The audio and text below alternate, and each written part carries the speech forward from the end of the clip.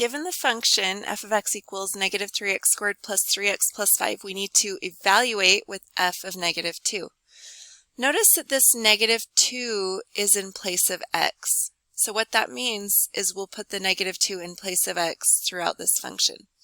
So what I like to do is write out the entire function and just put parentheses wherever that x is.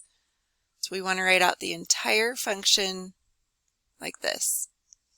We can put in negative 2 now where x goes.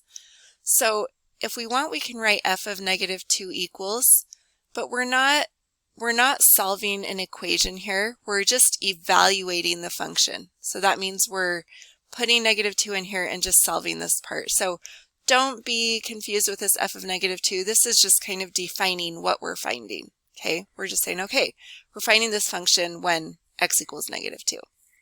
So we'll just kind of worry about this part on the right and evaluate that.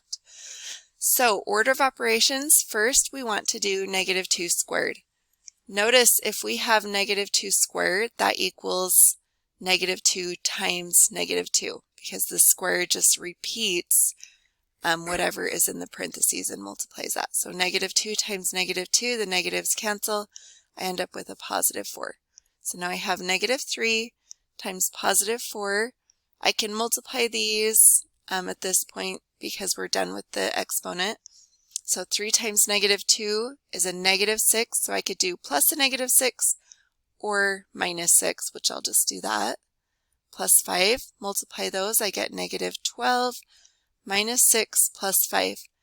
Now at this point I want to evaluate from left to right. When we get to the add and subtract part, we just go left to right.